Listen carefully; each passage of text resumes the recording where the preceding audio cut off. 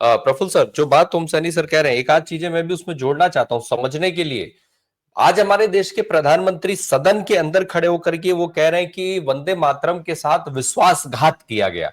वो जरा विश्वासघात हम समझना चाहते हैं कि कौन सा विश्वासघात हो गया वंदे मातरम के साथ। फिर वो कह रहे हैं कि किसके दबाव में उपेक्षा की गई। मैंने जिक्र किया था एक दिन इसका कि स्कूलों में, भाई जब आदमी स्कूल नहीं गया उसे नहीं पता, लेकिन जो स्कूल गया है उसको तो पता है।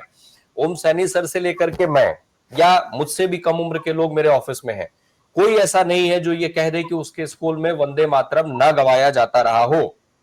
मुझे नहीं लगता। शायद विवेक सर बैठे हैं, आप बैठे हैं, ओम सैनी सर बैठे हैं, मैं बैठा हूं, कम से कम यहाँ पे हम 5 लोग ऐसे हैं जिनके स्कूल में तो वंदे मातरम गवाया ही गया है।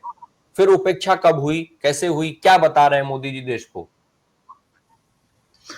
नमस्कार। असल में मोदी जी को समझना बड़ा मुश्किल है। सदन में पहले यह कहा गया कि इन शब्दों की चर्चा नहीं होगी, लेकिन अब उन दोनों शब्दों की चर्चा मोदी जी करें, तो यही संदेश दे रहे हैं कि वो चाहे तो करें, वो चाहे तो न करें, और जो कहना होगा वही कहेंगे, दूसरे लोग नहीं कहेंगे। दूसरे लोग वंदे मातरम की चर्चा न करें।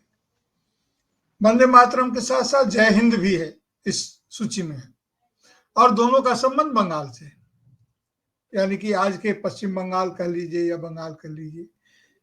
देखिए, ऐतिहासिक परिप्रेक्ष्य में अगर जाएंगे तो जो नील दर्पण नाटक जो लिखा गया था, दीनबंधु मित्र ने लिखा था, निरहा किसानों के शोषण के खिलाफ, यह उस समय के पश्चिम बंगाल में तो उतना नहीं, लेकिन ढाका में जाकर, जो पूर्वी बंगाल आज कहलाता, ढाका में जाकर यह गीत ये नाटक बहुत ही लोकप्रिय हुआ, और फिर पश्चिम बंगाल में भी होने लगा।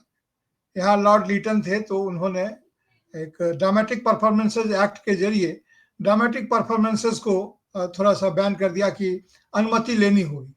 उसमें बंगाल में नाटकों का बहुत जोर था, और आप जानते हैं कि यहाँ पर गिरीश चंद्र घोष, द्विजेंद्र लाल मित्र और तमाम, द्विजेंद्र लाल राय, ऐसे तमाम लोग थे जो इस प्रकार के नाटक से जन जागरण करते थे। यहाँ की संस्कृति में भी यात्रा नाटक वगैरह का काफी योगदान रहा है, लेकिन उन्होंने ऐसा लगा दिया क्योंकि ये बहुत लोकप्रिय हुआ। लेकिन नाटक बहुत लोकप्रिय हुआ था। लेकिन उसके बाद 1876 की बात है, उसके बाद बंकिम चंद्र ने एक उपन्यास लिखा, इसका नाम वंदे मातरम नहीं है, इसका नाम आनंद मातरम। वो चाहते तो इसका नाम वंदे मातरम भी रख सकते थे, लेकिन वंदे मातरम नहीं रखा गया।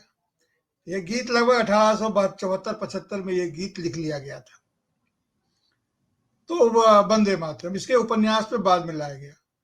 और जब इसको रविन्द्रनाथ ठाकुर ने इसका स्वर बांधा, पहला जो उनका था, और 1896 पहले तो उन्होंने गाया था, बंकिम बाबू की उपस्थिति में ही गाया था 1894 के आसपास, जो धुन उनको सुनाया था, धुन बनाया था तब, शायद राग दुर्गा या ऐसा कुछ धुन था उसमें में।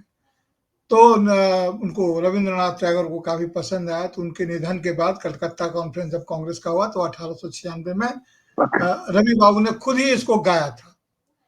और जब ये गाया था, तो उसके बाद जब इसको शामिल करने की बात हुई, तो रवि बाबू ने भी शायद कहा था कि इसके जो गीत है, ये गीत बहुत ही आकर्षक है, बहुत मनोहारी है, इसे राष्ट्रगीत और राष्ट्रगान का दर्जा दिया ही जाना चाहिए। उनका जोर था कि इसको सम्मान देना चाहिए। लेकिन इस गीत के पूरे इसको, उसमें 2 जो स्टैंजा था, वह उपन्यास की जरूरत के हिसाब से लिखा गया था, और जहाँ वो दुर्गा और कमल दल बिहारनी आदि आदि बात बोलते हैं, वह उपन्यास की जरूरत थी।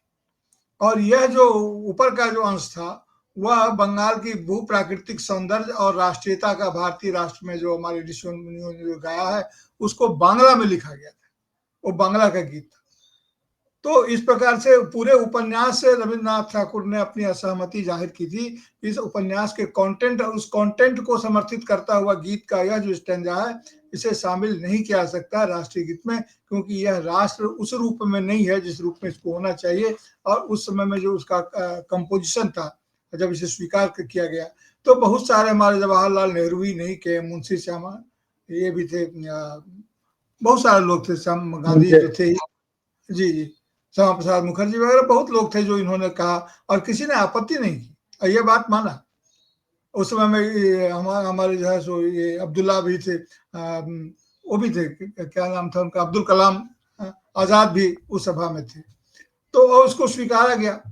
अब ये इसमें अड़ंगा डाल रहे हैं और यह गीत, इस पूरा गीत उपन्यास जिस शायद ही किसी ने पढ़ा हो भारत में, मतलब कुछ लोगों ने पढ़ा होगा, शायद ही नहीं कहना चाहिए, कुछ लोगों ने पढ़ा होगा, बांग्ला में तो बहुत कम, बंगाल के लोगों ही पढ़ा होगा, अंग्रेजी में ही पढ़ा होगा, लेकिन भारत का मतलब 90% से ज्यादा आदमी वंदे मातरम शब्द से परिचित है, उपन्यास भले न पढ़े, इस गीत से परिचित है, इस गीत के इस पद से परिचित है जो वंदे मातरम में कहा गया है, जो सुजलाम सुफलाम मलया शीतलाम, ये पूरा अगर नहीं भी याद हो तो वंदे मातरम हर किसी को याद है।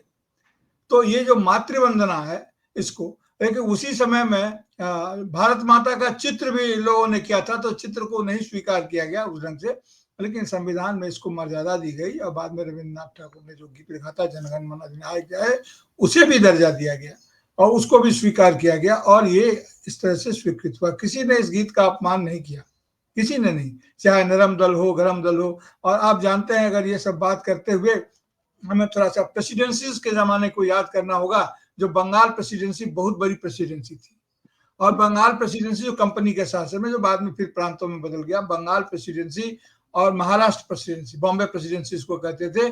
तो गांधी जी का जन्म बॉम्बे प्रेसिडेंसी में हुआ था और गुजरात उसका हिस्सा था, तब तो गुजरात बना नहीं था, तो गांधी जी बॉम्बे प्रेसिडेंसी थे। तो इन प्रेसिडेंसियों का भी आपस में एक तरह की बात थी कि कांग्रेस का जन्म 1885 में बंगाल प्रेसिडेंसी के रहने वाले लोग जो थे, हालांकि वो ईसाई थे और बड़े वकील थे, एंग्लो इंडियन तो नहीं थे, मतलब बाद में लंदन में रहने लगे उमेश चंद्र बनर्जी, तो वो बंगाली थे लेकिन ईसाई थे, तो उनकी अध्यक्षता में हुआ। फिर एस एन बनर्जी हुए, फिर पश्चिम बंगाल का कांग्रेस के गठन में काफी योगदान हुआ, लेकिन यह रहा बॉम्बे प्रेसिडेंसी में, वहीं पर इसका सम्मेलन वगैरह हुआ। तो ये पूरे भारत को जोड़ने वाली एक चीज थी। चूंकि सभी लोग उस बांग्ला को नहीं समझते थे, इसलिए इसका अंग्रेजी अनुवाद के इसका पाठ किया गया और उसको एलोबरेट किया गया। और जानते हैं कि कांग्रेस के बहुत सारे काम अंग्रेजी में भी होते थे और हिंदी तो बोलचाल की भाषा थी उनके सामने में, लेकिन पॉलिटिकल काम के लिए, ऑफिशियल काम के लिए अंग्रेजी का महत्व था, क्योंकि अंग्रेजी सभी समझते थे और इसीलिए उसमें संविधान भी लिखा गया। तो अंग्रेजी एक योजक भाषा के रूप में, जिसके लिंगुआ फ्रैंका कहते हैं, उसके रूप में थी। अब ये इस बात को उठा रहे हैं कि इसने अपमान किया। इनको तो यही लगता है कि कांग्रेस का जन्म ही हुआ था अपमान करने के लिए, ये हर किसी का अपमान। विश्वासघात क्या है प्रफुल्ल सर, इसमें विश्वासघात क्या है? जरा वो बहुत मतलब जोर देकर के प्रधानमंत्री कह रहे थे कि विश्वासघात किया गया, किसके कहने पर, किसके दबाव में ये सब कुछ किया गया, उपेक्षा की गई, ये सारी चीजें कहाँ है, ये सवाल कहाँ से आ रहे हैं? जी जी, तो ये जो स्थिति है, जो सर्वनाम में बात करे, हर बात को सर्वनाम में रखे, तो समझ जाइए कि उस बात का उसको कुछ पता होता है नहीं। वो संज्ञा क्यों नहीं बताते, किसने विश्वासघात किया? क्या रविन्द्रनाथ ठाकुर ने विश्वासघात किया? क्या करते थे, किसने किया? क्या राजेंद्र बाबू ने क्या विश्वासघात किया? किसने किया विश्वासघात? और वो कहा, क्या श्यामा प्रसाद मुखर्जी ने विश्वासघात किया? वो कहाँ थे उस समय? तो ये विश्वासघात नहीं, उसमें एक लाइन है, कमल दल बिहारिणी, कमल दल कमला बिहारिणी जैसी एक पंक्ति है। वो कमल इनको बड़ा ही लग रहा है कि वो अगर शामिल होता तो आज इसका इनका चुनाव चिन्ह जो है सब प्रसारित होता रहता। जिस राष्ट्रवाद का जन्म बंगाल में हुआ, जी, जिस राष्ट्रवाद का जन्म बंगाल में हुआ है, उस बंगाल को आज ये राष्ट्रवाद सिखा रहे हैं। और ये ठीक है कि यहाँ भी कई दृष्टिकोण थे, कई अप्रोच थे, और यहाँ तो हर समय वो गाया जाता है। अभी 23 जनवरी होगा, उसमें नेताजी सुभाष चंद्र बोस का जिस दिन जन्मदिन है उस दिन भी गाया जाएगा। 26 जनवरी, 15 अगस्त तो है ही। स्कूल कॉलेज में अक्सर ये गीत होते हैं और लोग वंदे मातरम गाते हैं। किसी को कभी कोई प्रतिरोध नहीं रहा, प्रतिवाद नहीं रहा। प्रतिवाद सिर्फ वहां पर है जहां आप इस पर जोर डालते हैं और इसको कंपलसरी करते हैं, इसको विकल्पहीन बनाते हैं। एक दो बार कोशिश की गई अदालतों के माध्यम से भी और वैसे भी कि इस गीत को अनिवार्य कर दिया जाए। ये अनिवार्य करने का विरोध हुआ था, गीत का विरोध नहीं हुआ था। अनिवार्य किए जाने का विरोध लोकतंत्र में और उस वस्तु का विरोध, दोनों में फर्क होता है। अभी ये इसको ला करके अब ये इसका चर्चा का विषय बना रहे हैं। क्यों? क्योंकि इनको लग रहा है कि इसको अगर हम सामने लाएंगे लोग इस पर टूट पड़ेंगे, लोकप्रिय है।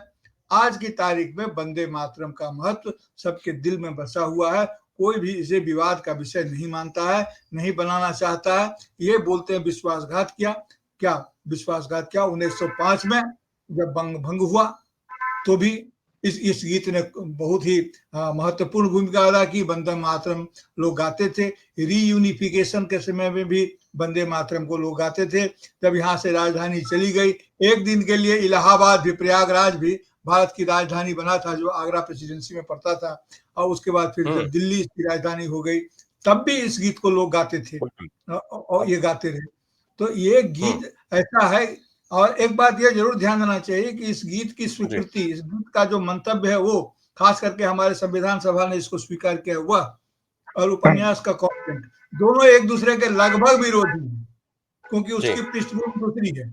इसीलिए इस गीत को स्वीकार करने का मतलब उस उपन्यास के कंटेंट को स्वीकार करना नहीं है। ये बात तो गुरुदेव रविन्द्रनाथ ठाकुर ने ही कह दी थी, और बहुत सारे लोगों ने कहा है। जिसने उपन्यास नहीं पढ़ा है वो पढ़कर देख ले। जी।